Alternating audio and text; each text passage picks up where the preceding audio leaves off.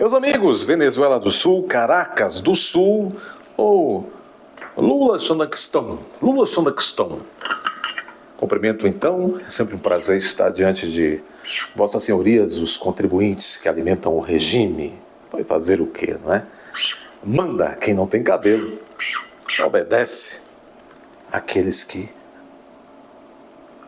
pagam impostos. Vamos lá, vocês sabem, alguns dizem que estamos diante de um novo fenômeno eleitoral. O brasileiro é instantâneo. O brasileiro é um cidadão macarrão instantâneo do mundo, porque já se fala em massalismo. Antigamente, para se cunhar o nome de um movimento político, capitaneado por alguém, o cara tinha que ter tutano, por exemplo. Se falou em getulismo no Brasil, se falou em lacerdismo no Brasil, se falou em tantos outros aí, né? Por exemplo, malufismo, se falou antes, agora me veio aqui em brisolismo, em São Paulo, se falava também, né, no movimento do Adhemar de Barros, etc. Mas agora é tudo muito instantâneo. O Pablo Marçal acabaram de fazer um download da figura, né, Pablo Marçal, e já se fala em massalismo, né? Veja, nós estamos caminhando na velocidade da insanidade, mas talvez o Pablo Marçal não tenha nada a ver com isso. O fato é o seguinte, alguns já dizem aí, falam em massalismo. Eu acho que o Bolsonaro cometeu mais um erro horrível, porque o massalismo é um erro, não sei se proposital ou sem querer querendo, do núcleo duro do Bolsonaro. Talvez o próprio Bolsonaro. Eu sei que tem muita gente que vai falar. Hoje já teve gente que falou aqui assim: você não sabe, você não entende. Queria que fosse você. O Bolsonaro estava correndo risco. Teve gente que deixou isso aqui hoje, falando aqui no canal. Não é você que estava correndo risco de uma prisão eterna e tal. Vejam. Veja, se nós elegemos então um indefeso, se nós elegemos então alguém tão frágil, se nós elegemos alguém, então ele não estava preparado e não está para ser líder. Eu não acredito que ele seja essa figura tão fragilizada, tão covarde, tão atabalhoada. Eu não acredito. Mas alguma coisa houve. Nós podemos chamar essa alguma coisa de uma sequência interminável de falhas. E a última não contava com a astúcia do Marçal. E mais, não contava com...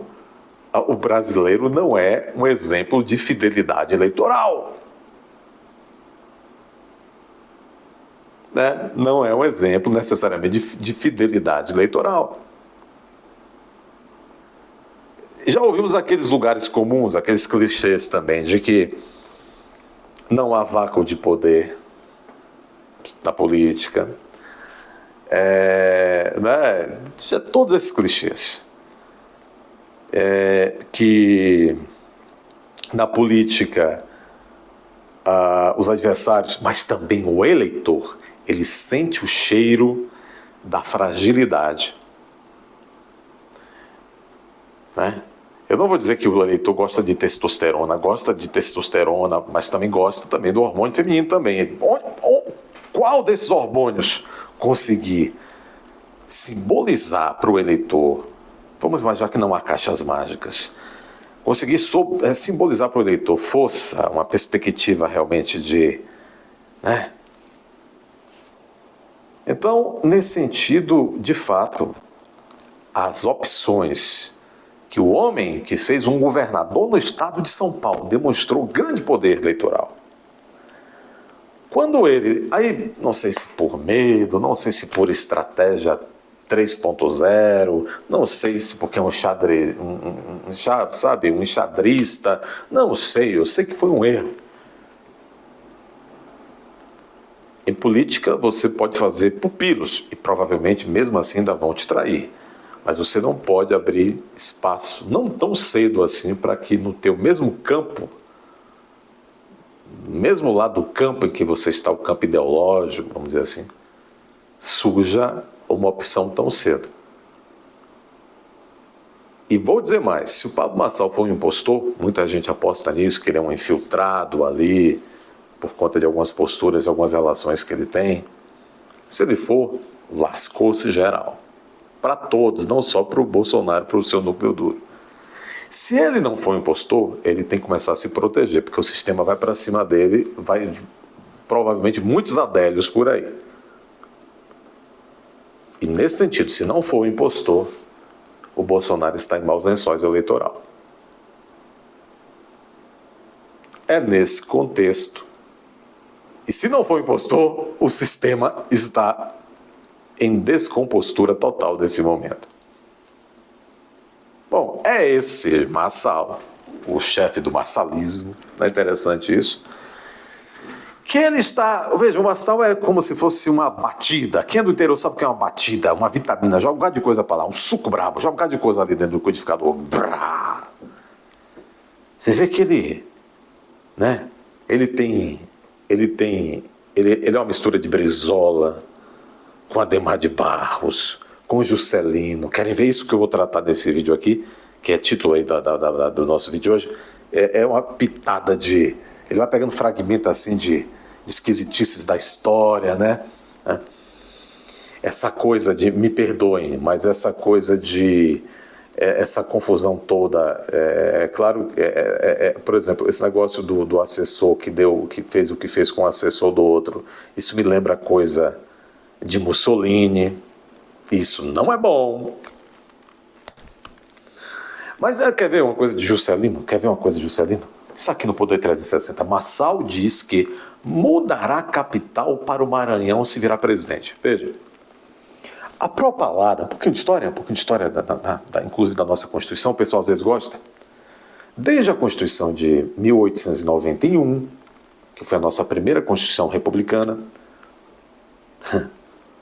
foi quando o nosso martírio começou no Brasil, foi em 1889.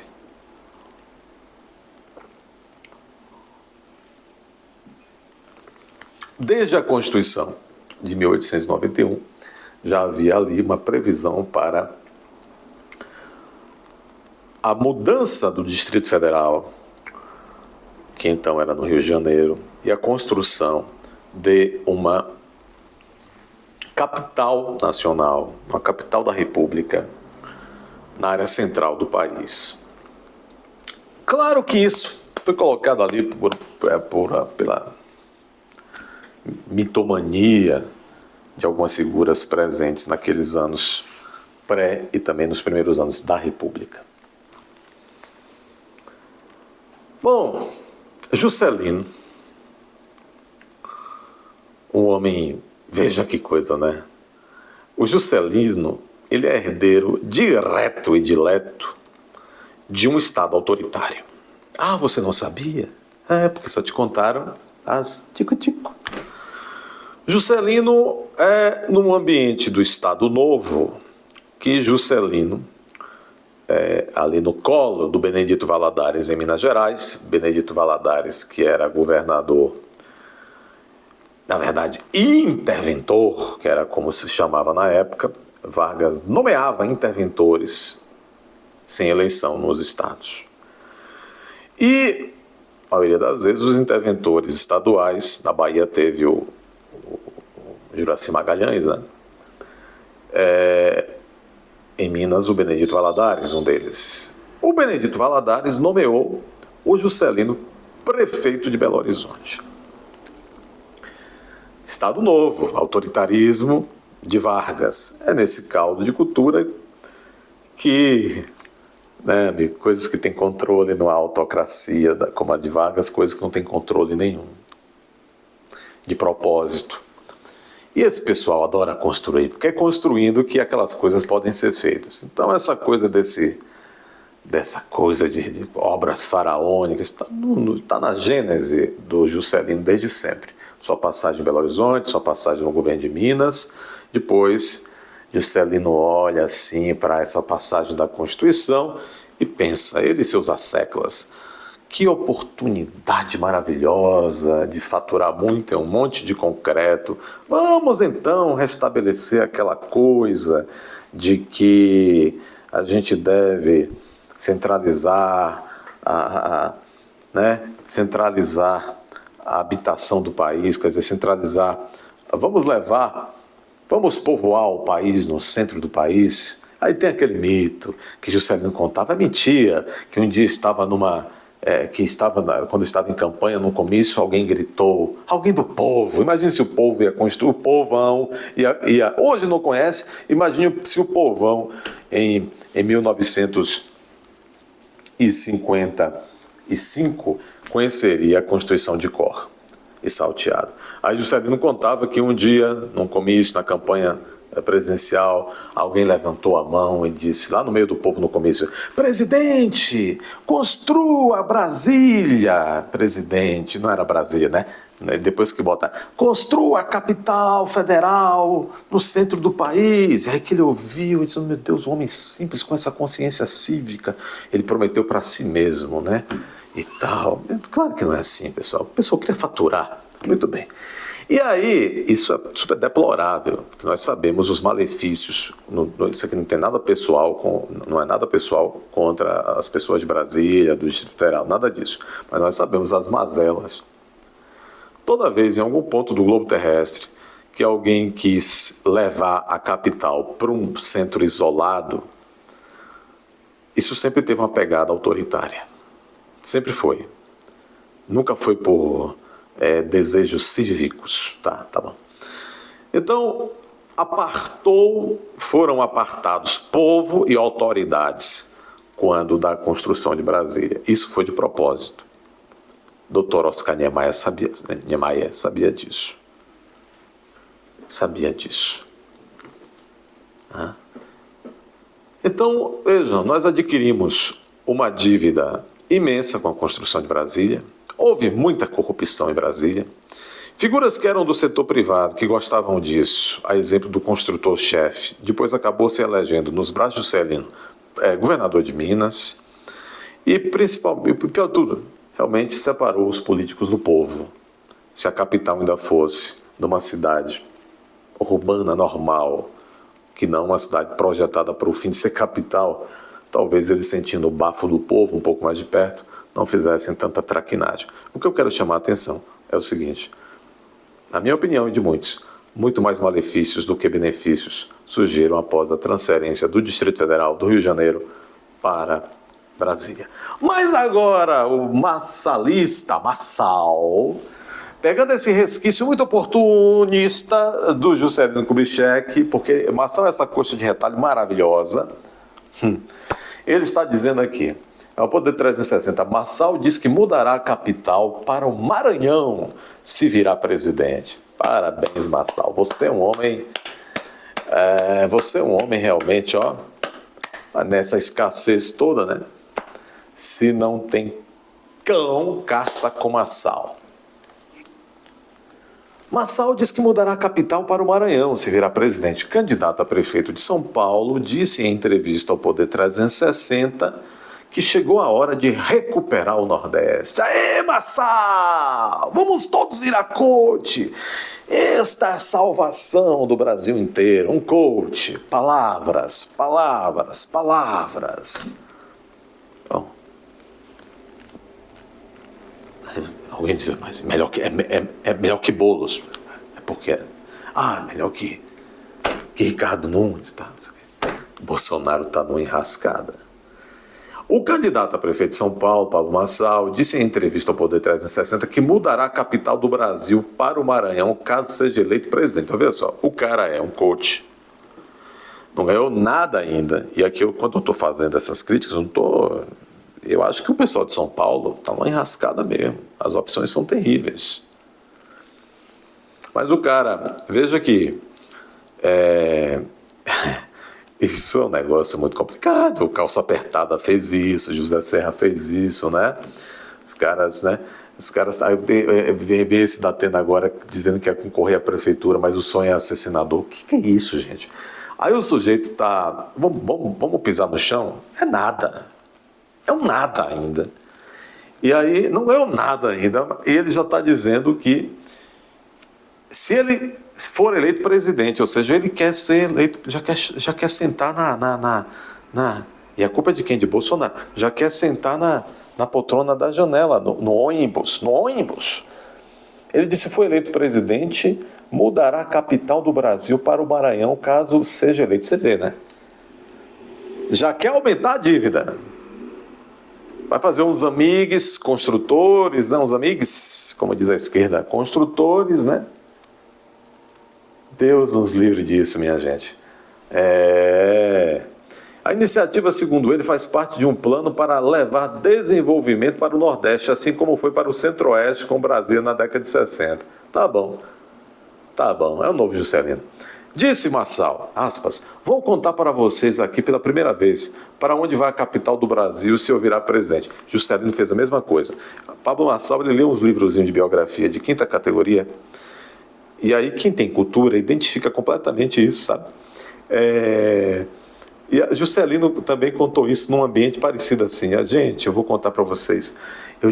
Eu fui convocado por um cidadão no comício, me desafiou a cumprir a Constituição de 1891. Tá. Ele disse, vou contar aqui para vocês, primeira vez, para onde vai a capital do Brasil se eu virar presidente. Vai para o Maranhão, já foi no Rio de Janeiro. Um cara conseguiu levar para o Brasil Central, criou um eixo, dá para ver que ele é admirador de Juscelino Kubitschek, o que é um péssimo presságio. Criou um eixo de desenvolvimento. O Brasil era só costeiro. O Juscelino Kubitschek construiu aquela cidade em 1000 dias. E agora chegou a hora da gente recuperar o Nordeste.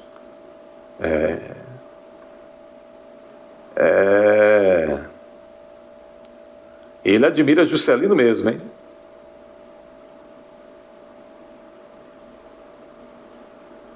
Juscelino Kubitschek trouxe um desenvolvimento absurdo para esse eixo centro-oeste, Mato Grosso, Goiás, Tocantins. E quando eu estiver bem maduro e for mexer com a presidência da República, mentira, ele quer concorrer em 2026. Essa será a minha proposta, levar a capital para o Nordeste e fazer o maior desenvolvimento da história do país. Aí, depois de 70 anos, com alguém de coragem dessa época, levá-lo para o Norte e encerrar esse desenvolvimento do país. Entendi.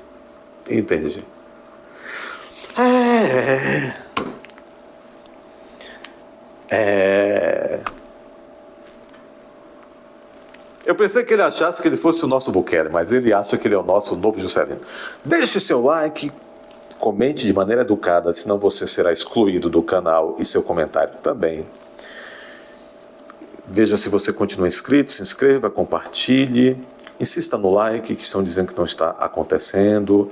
O like, considere se tornar membro do canal, indo até a aba Seja Membro, e aqui embaixo sempre há um primeiro comentário fixado, onde há uma chave Pix, por meio da qual você pode cooperar com o canal.